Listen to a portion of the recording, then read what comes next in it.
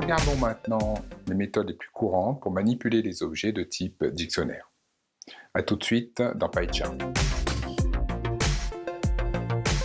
Voilà, à nouveau dans PyCharm, nous allons tester un certain nombre de méthodes concernant les dictionnaires.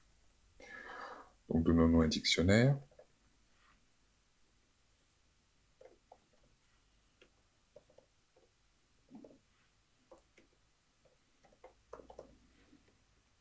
Voilà. Donc le slicing n'existe pas avec les dictionnaires, par contre, nous pouvons faire des copies. Donc, la méthode copy permet de copier un dictionnaire. Il s'agit bien d'une copie, et si nous modifions une entrée du dictionnaire copie,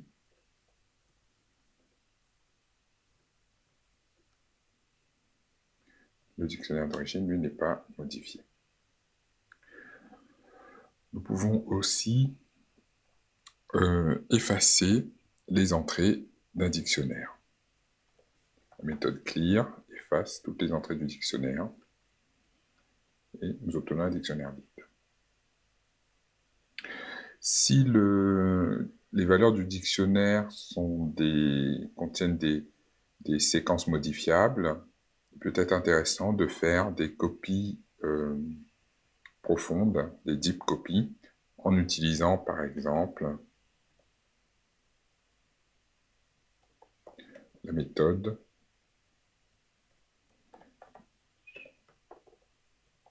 deep copy.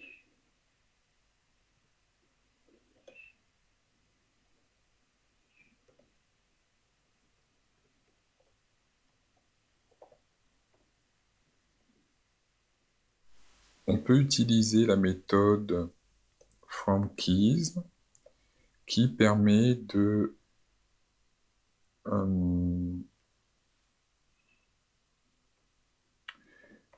qui va permettre d'affecter à une séquence de clés une même valeur.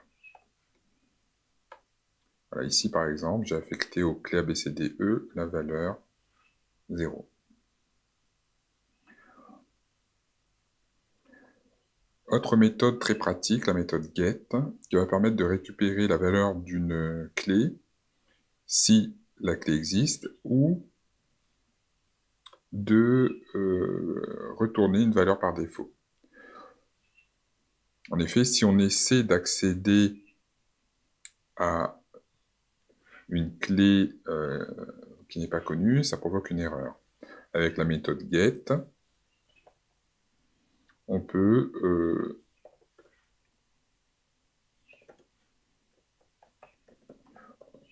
va pouvoir retourner une valeur par défaut. Donc ici, d.get de yes, la clé yes existe dans le dictionnaire D, donc c'est la valeur associée à cette clé qui est retournée. Par contre, si j'essaie la clé petit a qui a provoqué une erreur tout à l'heure,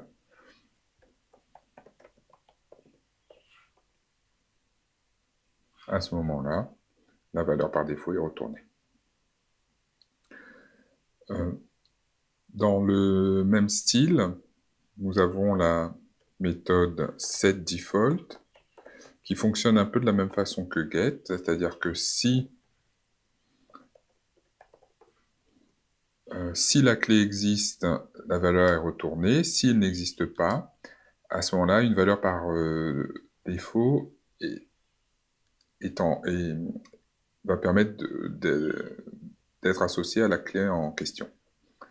Donc ici, notre dictionnaire D a été augmenté avec la clé tree et la valeur arbre que nous lui avons passée. Enfin, nous l'avons déjà vu, l'opérateur in permet de savoir si une clé fait partie des clés du dictionnaire ou pas. Ces trois méthodes, keys, values et items, sont vraiment très utiles et très souvent utilisées sur les dictionnaires. Donc, comme leur nom l'indique, hein, d.keys permet d'obtenir les clés de notre dictionnaire D. d.values permet d'obtenir les valeurs. Et enfin, d.items permet d'obtenir l'ensemble des couples clés-valeurs. Bien sûr, nous pouvons utiliser ces méthodes en association par exemple avec une boucle for pour parcourir ce qui nous intéresse. Ici par exemple, je vais parcourir les couples clés-valeurs, simplement faire un print, mais bien sûr, on peut faire tout autre traitement.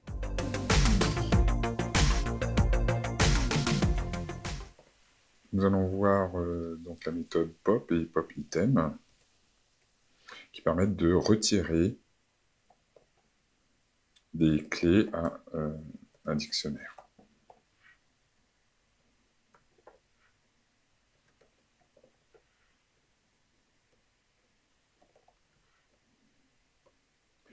Donc, par exemple, la méthode de pop.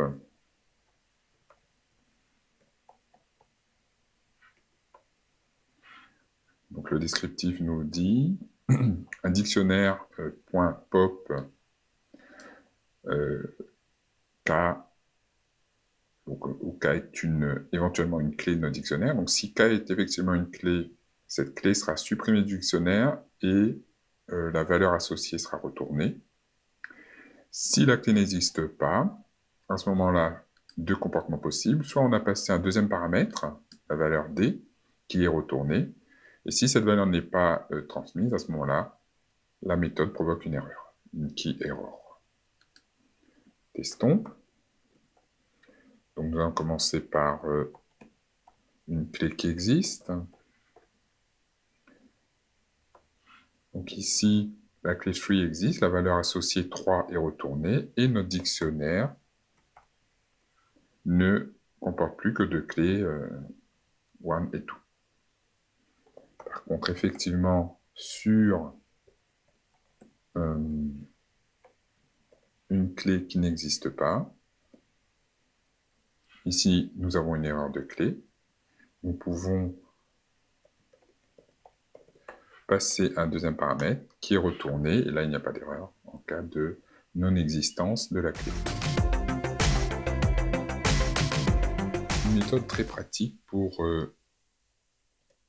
mettre un objet, un dictionnaire à jour, la méthode donc update, qui va permettre de rajouter plusieurs clés et des valeurs associées en prenant donc comme paramètre une liste de couples clés-valeurs. Donc la fonction zip permet de créer, non pas une liste, mais un objet zip correspondant à une sorte de liste de couples. Donc ici, BCD et range 1, 4. Donc ici, le zip va créer grosso modo les couples B1, C2, D3. Et la méthode update va permettre de mettre à jour notre dictionnaire D avec ces nouvelles clés et ces nouvelles valeurs associées. B1, C2, D3. Nous avons vu déjà un certain nombre de fonctions qui permettent de changer de type un objet. Nous avons vu les fonctions int, qui permet de transformer l'objet passé en paramètre en un entier, donc un entier, la partie entière de l'objet. La méthode float, la fonction float, pardon, qui permet de transformer en nombre flottant. La fonction bool, qui transforme en booléen, etc. Il existe aussi donc la fonction dict, qui va permettre de transformer en dictionnaire. Le paramètre doit être une séquence de couples. Par exemple, prenons la liste des couples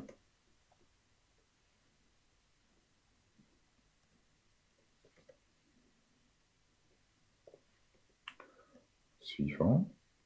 Oh, pardon. La liste des couples.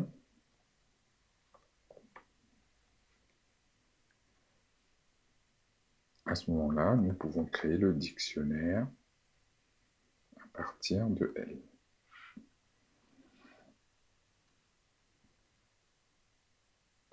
C'est ce que nous avons aussi fait tout à l'heure en utilisant la fonction zip, donc, qui crée une séquence de couples.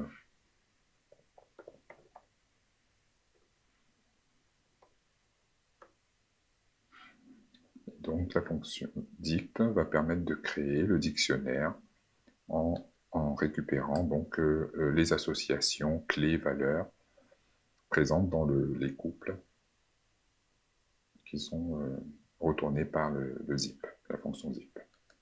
Voilà, nous arrivons au terme de notre exploration des ensembles et des dictionnaires. Je vous propose de continuer la pratique avec des exercices. À bientôt.